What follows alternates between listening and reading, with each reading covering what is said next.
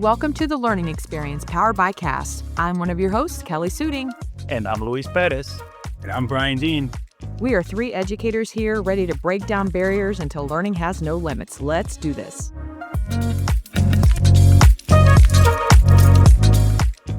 Guess who? Yeah, that's right. It's Brian. And guess what they did, folks, here at CAST? They left the podcast lab doors wide open and unlocked. So, of course, I had to sneak in here and see if I can find some mischief to get into. Then when I was thinking about it, I said, well, you know what would be better is if I could bring something really special to you, our beloved listeners.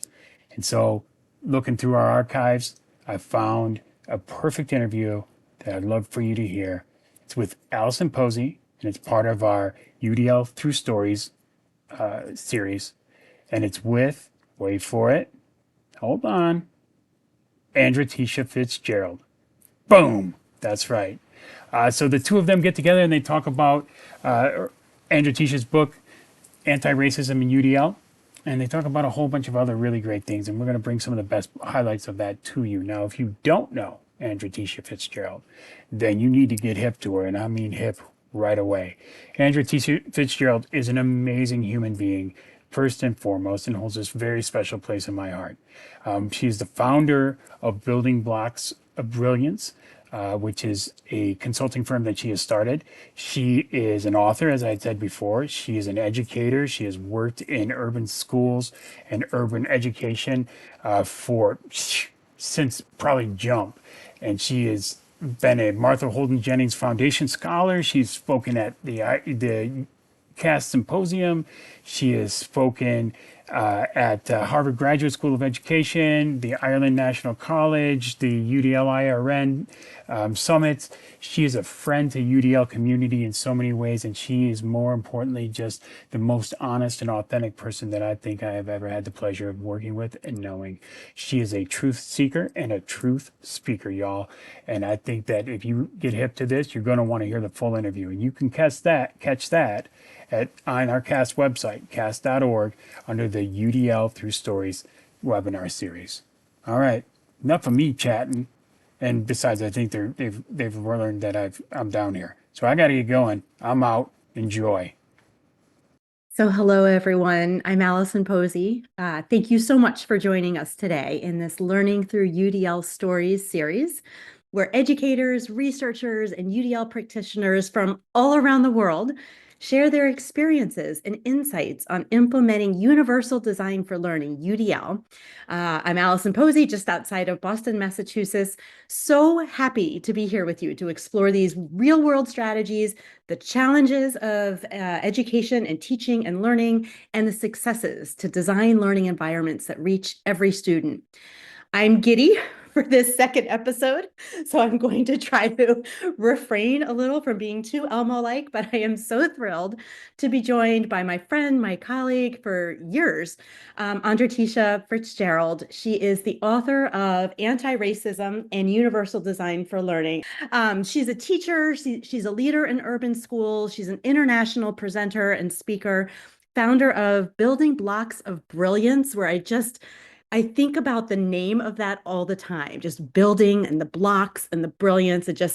You inspire so many to awaken, to celebrate and activate brilliance by breaking down barriers and building bridges. And just as I was taking a cursory reflection on your book, there are words that stand out whenever I speak with Andratesha, whenever I read or hear from what she's, multiple means of learning from you: community, love of learning, creating, honoring, cultivating, building, on-ramps, inviting genius. I mean, just the language. I'm so appreciative that you share this way of thinking about teaching and learning with us. So I will get her on here in just a moment, but I do want to take this opportunity to share part of what I also appreciate in her bio.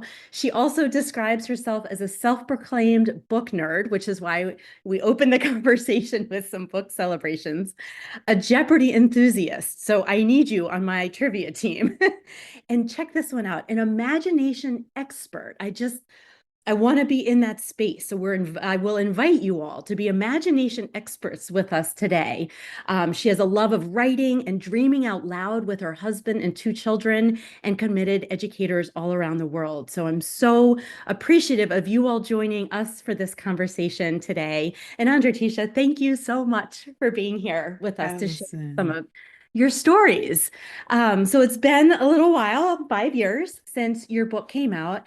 And so I'm so interested to hear a little bit about your education journey, what brought you to UDL, and think about some of the stories that have maybe shaped some of your work.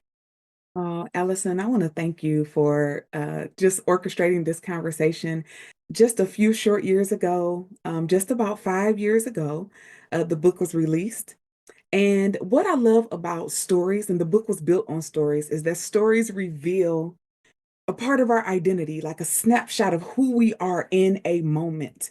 And so today, before we jump into the content, I just would like to honor a part of my identity. And there is a podcast that I love. It's by the founders of Girl Trek. Shout out to Morgan and Vanessa. I feel like they're my friends, even though I just listen to them on their podcast. But they have an activity that they do, and it's called Daughters of. And so today, I just want to introduce myself, or just to honor my lineage a bit. And I am Andratesha Fritzgerald. I am daughter of Antoinette, who is the daughter of Marcia, who is the daughter of Amanda, who is the daughter of Hattie, who is the daughter of Sophronia, who is the daughter of a name I do not know. But today I stand in the gap for all those names whose lives didn't have enough value for someone to even record the name, that today we speak your name. We stand on your shoulders and we reclaim this space, this path that you have carved out for us. And so I invite you today to just speak the names of those who have carved out a path for your identity, if it's initials or names, folks that have really spoken into your life, that reaches out and echoes all those who have brought us together on this path today. So thank you all for just jumping in with that. So this is who I am. They are who have made me that way. And when I think about Antiracism and Universal Design for Learning, this is a book that was built on stories of my experiences as a learner, and also stories of my experiences as a teacher and leader in the field. And so when I think about the stories, I think most about first that it was launched in the height of the pandemic. It was launched just a few short months after the George Floyd murder. It was at the book signing. I don't know if anybody was there or if you remember this. The book signing was actually in a parking lot with all the members in attendance in their cars, and we used FM tuners to communicate. Talk about universal design for learning, right? So we couldn't be in one space all together. We had to be physically distant from one another, but we found ways to connect and collaborate. And so as I think back to that parking lot, we took pictures, we took videos to just snap a moment in time that would be monumental to both the journey and the message. But what I think has changed most in me is that, yes, I went around the world and in many of your schools and districts to share a message. But what happens when we universally design through that lens of equity and anti-racism is that we make space for so many stories. And there were so many stories, Allison, that came back to me. And I just want to share two of them that were extremely impactful. So I was at a statewide conference, and I won't mention the state. And there were teachers that were learning about universal design for learning, or thinking about how this message differed slightly from ways that they had interacted with it before. But there was one teacher who had a brave moment of disruption. And she raised her hand when there was time for Q&A. And she said, "I'm taking notes on the strategy. I've read through the book.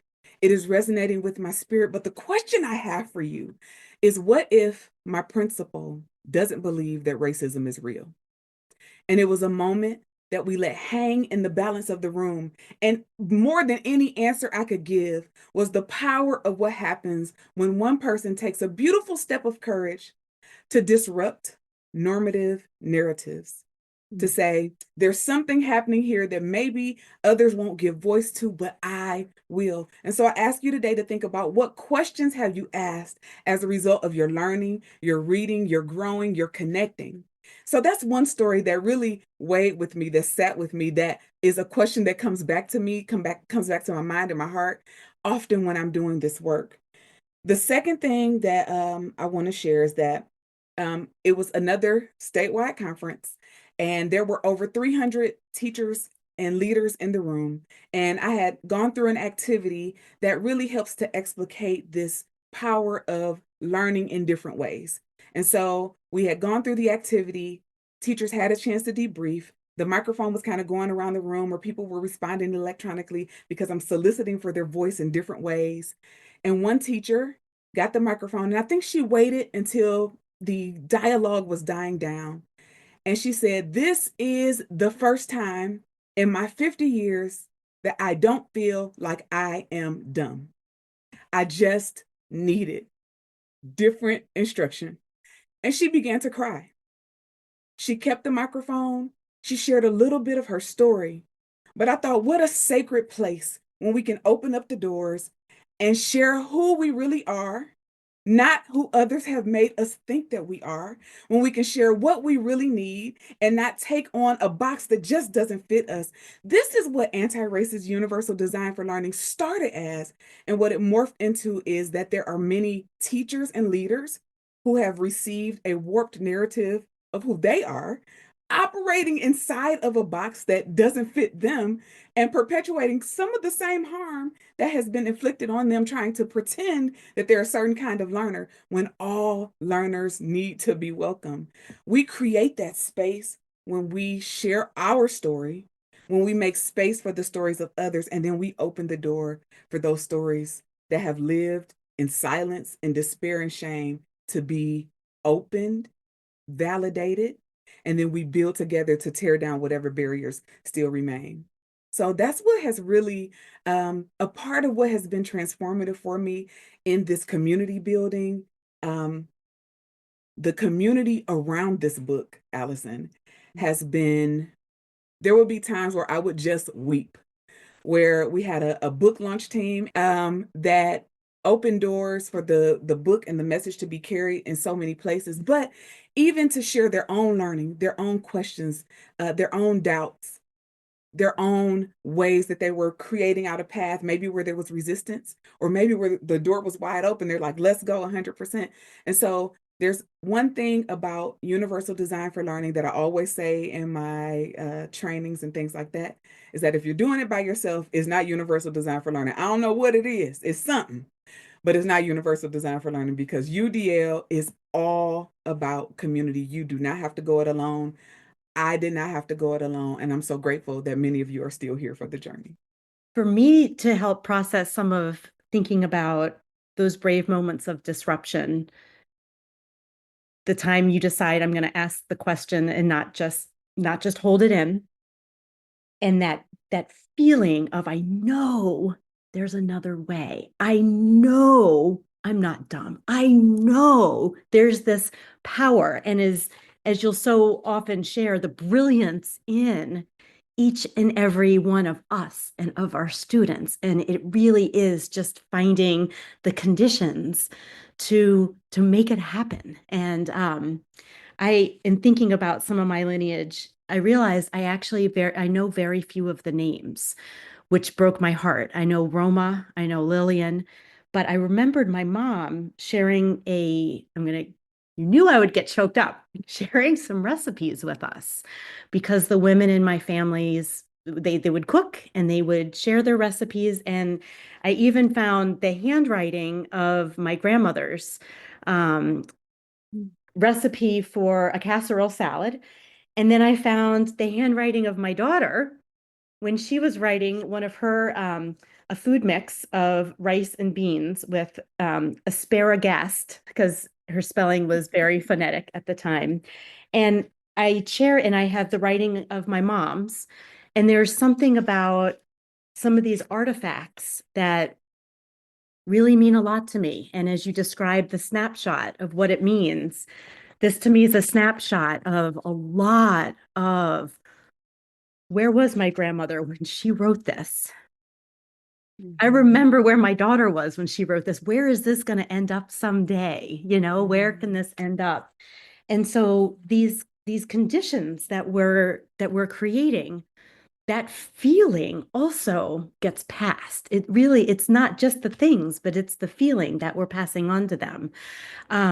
So I want to thank you for extending that invitation for everyone. Have there been particular high leverage strategies that you just think, oh my gosh, this is such a small thing, but over and over, wow, it's a really powerful one. It's a good one. Do you have any of those favorites? I do. In like creating these environments where we can say from the stage, like, this is a safe place. We can say that, but we have to give space to those who are participating to name the barriers to safety and to do that anonymously. And sometimes they just need to have a way to let me as the facilitator know, like, here's a barrier for me. And so creating space for folks to name the barrier, I believe that no barrier can be resolved that is unnamed, that is unspoken.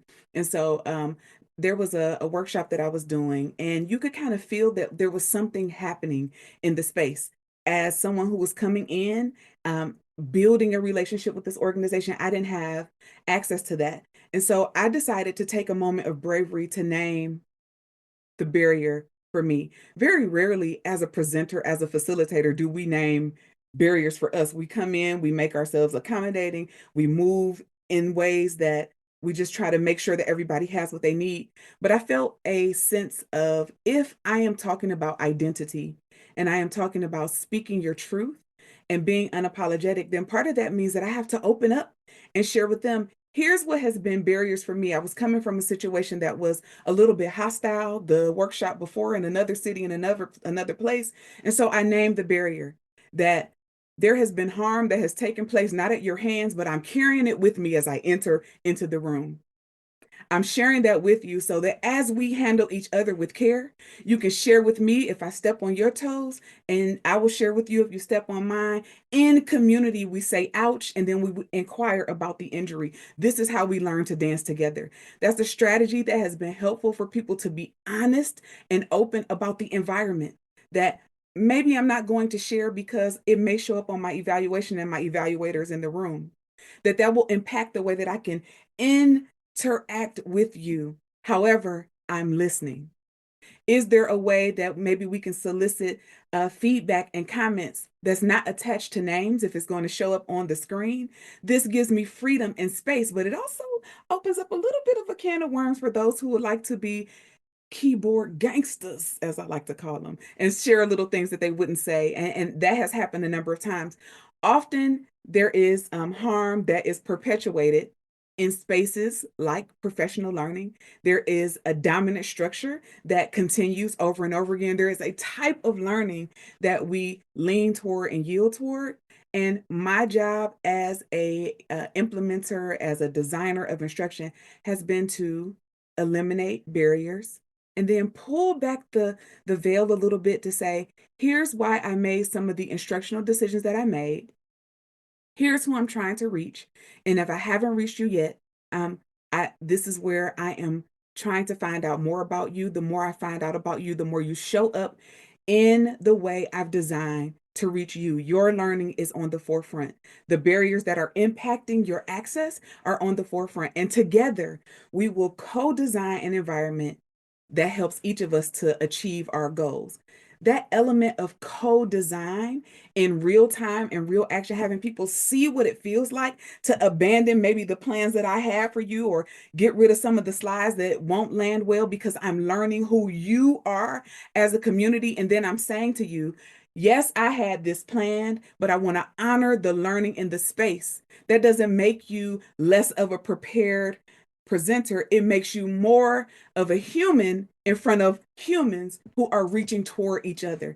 This is what I found to be most effective, that I name the barriers and then I name the goal of co-designing so that we all can learn together. And whatever is hindering that, we redesign in the moment to lift up the humanity of the group. And sometimes that means that we have to close the PowerPoint, allow the discussion to marinate, that we have to maybe move past some things that are arbitrary or surface and go deep, that we have to have different circles where learners, whether it is students, whether it's a higher ed, can come together. There's a strategy that I was encouraged to try from Monks. I presented at a conference called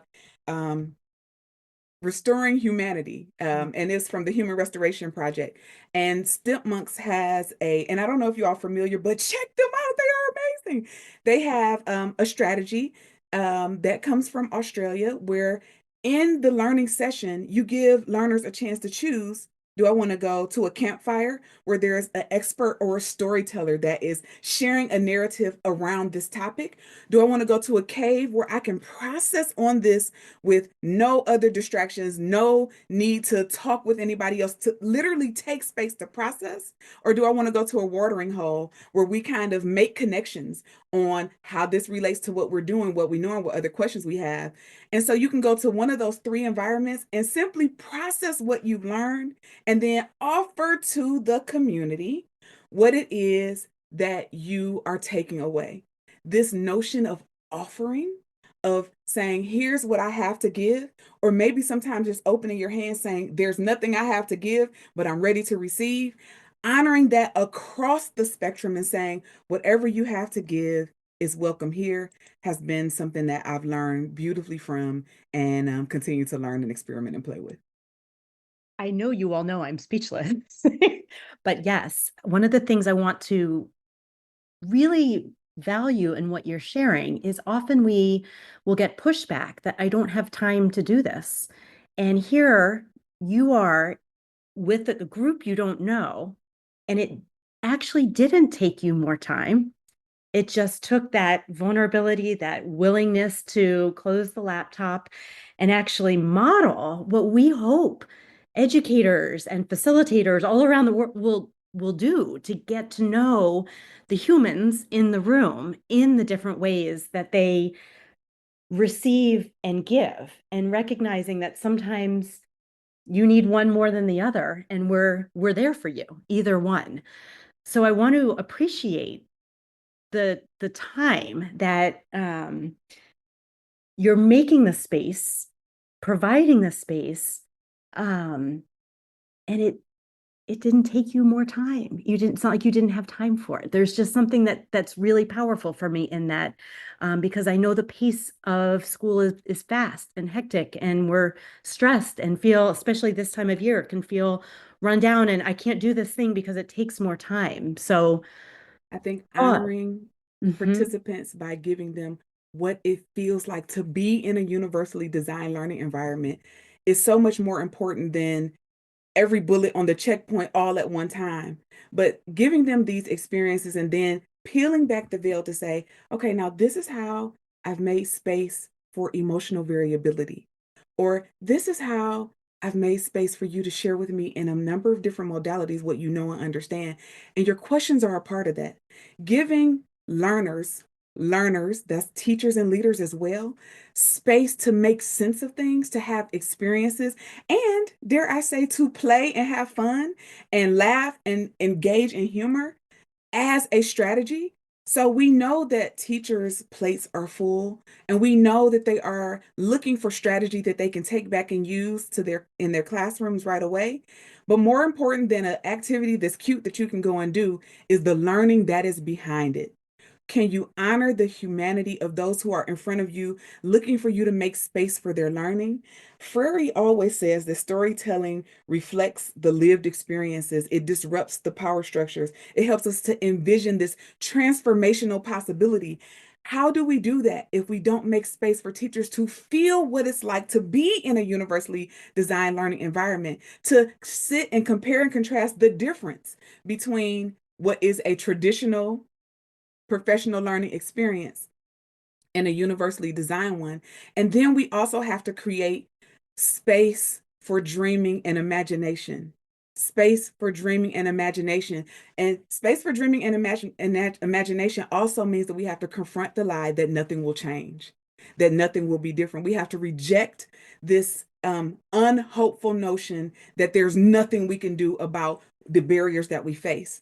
And in storytelling, we literally speak into existence another way to have reality shift and change.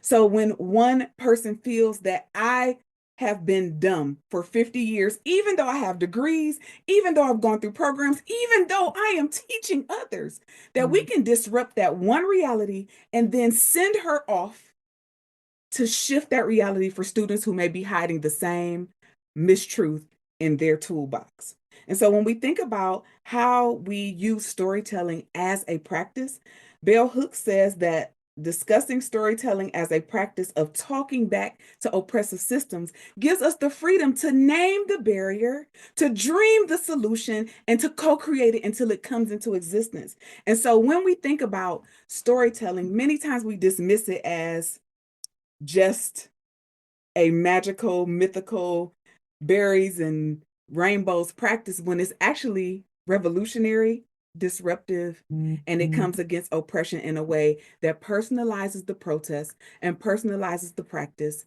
for every participant. Will there be resistance? Absolutely. But resistance is expected on the road to change, and we make space for that.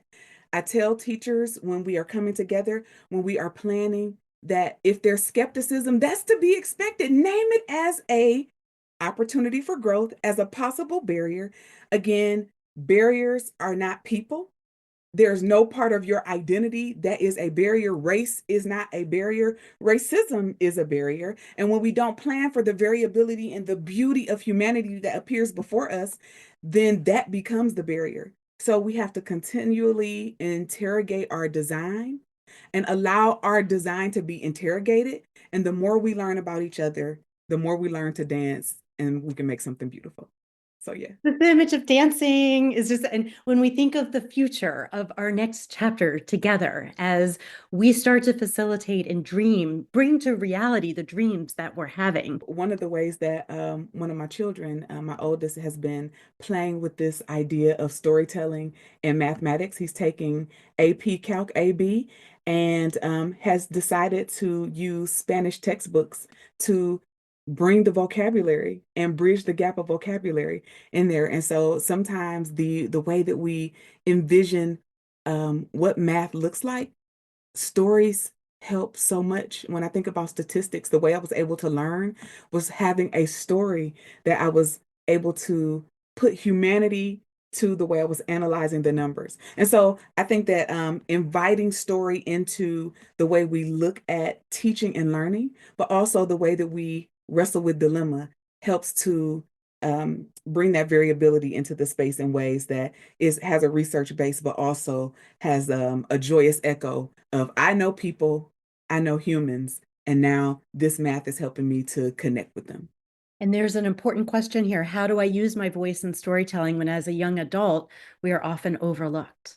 This is where universal design for learning makes sure that everyone is seen, heard, valued, and welcomed. And so I would say, instead of just seeing storytelling as I'm going to raise my hand, I'm going to share verbally, how can we invite stories in a number of different ways? Sometimes it's just bringing a picture. Sometimes it's responding to an electronic prompt. Sometimes it is having them to visit AI and to create an image of what's in their head. As Allison, you were telling me about the research study around that. And so how we invite learners to story can be multifaceted. In fact, it has to be. And think about those multiple means of representation, those multiple means of action expression that allow students to share their voice in a way that perhaps you were overlooked, but in this situation, you will make sure that no one is missed because you're mining for their voice. You're checking to make sure that the connection that you've put out is the one that is bringing them in. And if it's not, then that's when we shift, we move, we change, and we operate in co-design.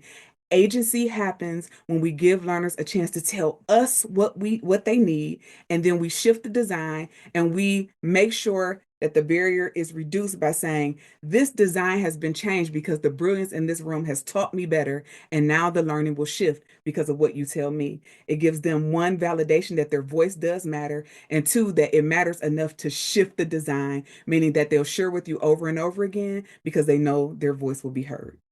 And I hope as folks are wrestling with thinking about how can we create these important spaces of dialogue in our K-12, our higher education, in every context we're thinking about, in any conditions, how we can continue to try to take, I almost want to take a snapshot of what you just shared there. And as you all are thinking about these challenges in your contexts, how you can use those ideas to, yes, make that change, and yes, create that space, that brave moment of disruption that can happen. And then all of a sudden that switch can get turned on. When we think about how do we move forward from this moment, CAST has a tagline that says, until learning has no limits. Our role is to keep moving forward, making a banner of what the limits are in learning, and then designing until those limits do not exist. For some of us, that will be on the legislative level. For others, it will be in our local context. But for some, it means in our classrooms, acknowledging where the limitation is our instruction, not some outside force, not something external, but what can I do? So in the sphere of your own influence, think about who you need to contact. Think about the bravery of the questions that are asked. Think about the ways that we can shift what we're doing to make sure learning has no limits. Speak what the barrier is. Lock arms with those who are dedicated not to shifting the message or changing the story or moving the narrative in a different direction, but inspiring hope where it matters most. Human to human, heart to heart, spirit to spirit, context to context, until learning has no limits. That is our role. That is our responsibility. The mission does not change. We move forward until learning has no limits. And I am so grateful and choked up again to get to lock arms with you today, and all of you from everywhere in the world where you're joining with us. Thank you for being here with us. Please make sure that you follow up with so many of the amazing resources that you've been generating. Andratesha, we have your website, Brilliant Blocks of BuildingBlocksOfBrilliance.com. Sign up for the newsletter. We'll be launching the Power, Honor, Action Network so that we can come together, dream together, and really make sense of how we move forward. So BuildingBlocksOfBrilliance.com, sign up for the newsletter. Let's do this. Thank you so much for being with us today.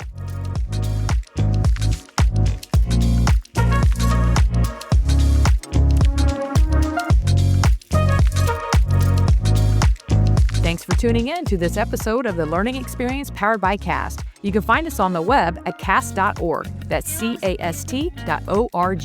There, you'll find the show notes with links to all of the resources mentioned on each episode. If you enjoyed this episode, please consider subscribing and leaving a review, and share it with your colleagues so that together we can build more inclusive learning experiences for everyone. Thanks again for listening.